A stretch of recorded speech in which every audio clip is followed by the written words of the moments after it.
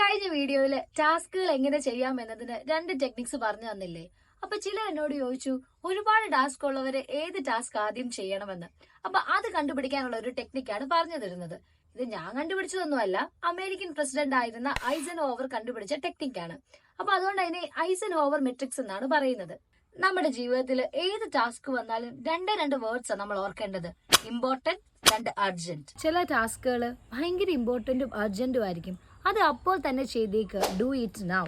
ഇനി ചിലത് ഇമ്പോർട്ടന്റ് ആയിരിക്കും, പക്ഷെ അത്ര അർജന്റ് ഒന്നും ആയിരിക്കത്തില്ല.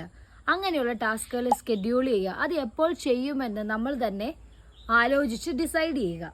ഇനി ചിലത് അർജന്റ് ആയിരിക്കും, പക്ഷെ അത്ര ഇമ്പോർട്ടന്റ് അല്ലായിരിക്കും. അതിനെ ഡെലിഗേറ്റ് ചെയ്യുക. നമുക്ക് ചെയ്യാൻ പറ്റാത്ത ചില കാര്യങ്ങൾ മറ്റുള്ളവർക്ക് ഡെലിഗേറ്റ് ചെയ്ത് കൊടുക്കാൻ പറ്റും. ഇനി ചിലത് അത്ര ഇമ്പോർട്ടന്റും അല്ല, അത്ര തന്നെ അർജന്റും അല്ല. അതിനെ എന്ത് ചെയ്താൽ മതി? ഡിലീറ്റ് ചെയ്താൽ മതി. അപ്പോൾ ഒരുപാട് ടാസ്കുകൾ മുമ്പിലുണ്ട്. ഏത് ചെയ്യണമെന്ന് അറിയത്തില്ലെങ്കിൽ ട്രൈ ഐസൻഹോവർ മെട്രിക്സ്.